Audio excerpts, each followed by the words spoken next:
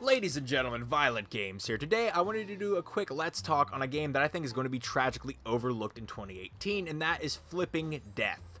Now, I am also late to the party on this game because I've just been inundated with all of these new releases. However, I'm glad that this game went on sale on PSN for me to happen to discover it, because I learned that it was by Zoink, who did Stick It to the Man. That, honestly, I feel like a lot of the reasons that that game is positive actually translate to this game almost seamlessly. So if you liked Stick It to the Man, you're going to like this game. But I wanted to talk about this game exclusively. That's what I'm going to be focusing on. So for the rest of the video, I want to tell you why Flipping Death is an amazing game. Like, literally, guys, this is one of my top 5 picks for Game of the Year right now. It's that good. I love this game. I feel like there aren't enough games like this, and I'm actually worried that if this game undersells, we won't see another one. So that's why I'm making this video. Let's jump into it. So, just to give you a generalized premise of what the plot is, Flipping Death, you play as Penny, who died after getting fired in a tragic accident. After you die, you actually encounter Death, and Death is actually overworked, he's stressed out, and he wants to go on vacation. He actually mistakes you for a temp that he actually sent in for, and is finally going to go on his vacation to the moon, where he can't be disturbed because no one has died on the moon yet. So that is the general premise of Flipping Death. You actually have to take on the role as Death and kind of fulfill the undead's unfinished business, or ghosts' unfinished business. Look, for some reason I confuse undead and ghosts. I don't know why. I guess ghosts are kind of undead in a way, but look, we don't need to get into that right now. That's a different rabbit hole. So, what is the core gameplay of Flipping Death? Well, Flipping Death is a puzzle platformer, and it is amazing to say that I am playing a game that is a puzzle platformer and enjoying it. It is very rare that I will ever play a game in this genre and not be bored to tears, but Flipping Death has a lot of things holding it together that other puzzle platformers don't have. So the core gameplay mechanics, puzzle platforming, literally nothing is really nuanced outside of that. However, the mechanics that separate it are two things, really. You have the scythe that you can use to kind of teleport around the map. You can stick it into walls, jump from those walls, stick it into creatures, latch onto those creatures and have them carry you to a place, and you can use it to teleport into a space mid-air and also perform jumps from there. So it's really just a platforming tool to help you traverse the afterlife. See those ghost critters? I need you to catch them. Throw your scythe up there, then use its switcheroo powers to teleport yourself right to it. Wait, this thing teleports? No way! No way!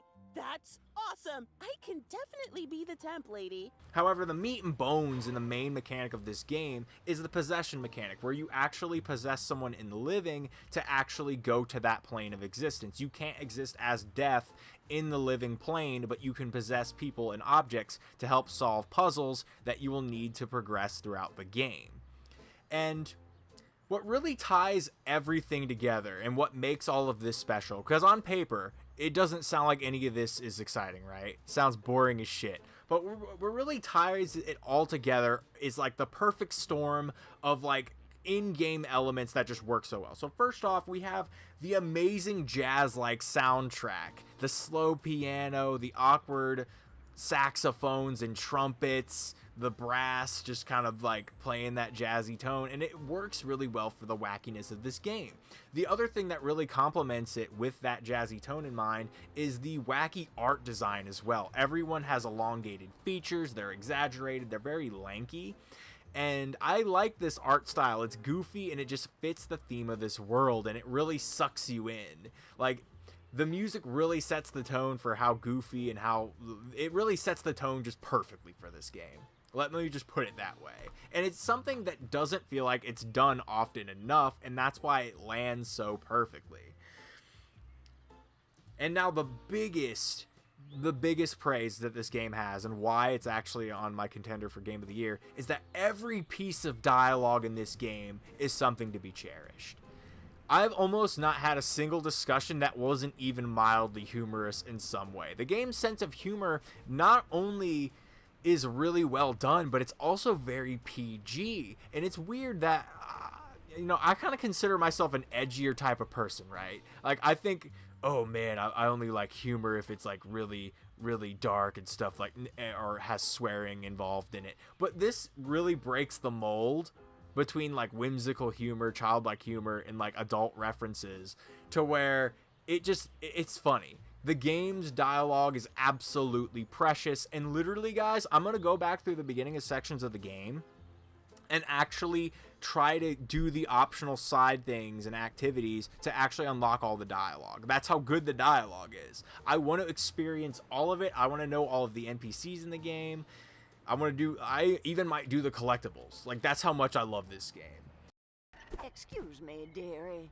Behold, mortal! You have entered the domain of the dead! To where would you like us to send your restless soul? Perhaps it shall reside in the jar of endless torment! Or, for a nominal fee, mayhaps into the wooden closet of hell, to be lowered into the very maw of Hades himself! Let me just check my husband's will.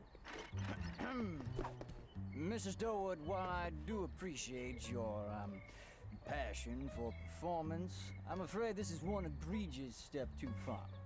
Come on, Halloween is in a few weeks. Right, but this is a funeral home! You're fired, Penny! Well, you can't fire me. I quit. You can't quit, Mrs. Durwood. I just fired you. My quitting is retroactive, boss. How's that taste? Well, I never. My husband put in his will that I really did want to be catapulted into the jaws of Hades. Sorry I won't be able to help you, ma'am. That's okay, dearie. If I had to sum up this game in like 2 words, I would say quirky and delightful for sure. I think that really sums up the vibe that you were going to get from this game. And I really want to put extra emphasis on how good the writing is, guys. I can't stress that enough. And not only that, but the voice work is outstanding. It's like everyone worked together on this project, knew what the world was, and was inundated with it ahead of time. No one feels out of place. No one feels like their performances are bad. Penny is so lovable. Like, I love the protagonist so much. Everything she says, she feels like she would be a person you would meet in real life. What? Where am I? What happened? Holy crap! A ghost! Welcome to the land of the dead. Cute. No, see, there must be a mistake because I am an alive human.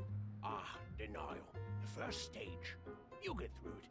After that, there's anger and bargaining, both fun, and then depression, honestly a drag, but then acceptance. Okay, good luck on your journey.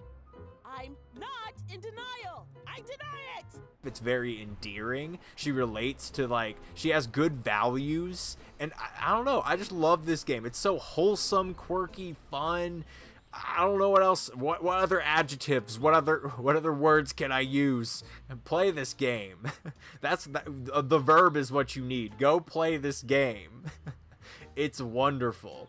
Anyways, guys, that's my thoughts on Flipping Death. I wanted to do a Let's Talk on it because, like I said before, I will literally be butthurt if we don't get another one of these games. And I have a big feeling that we won't, because I feel like this game's just going to undersell and people aren't going to pay these developers at Zoink to make these wonderful games. These games are so wonderful. Please support them. Literally, guys, support this game. This is Violent Games signing off. That's all I have for you. I love it. I love it so much.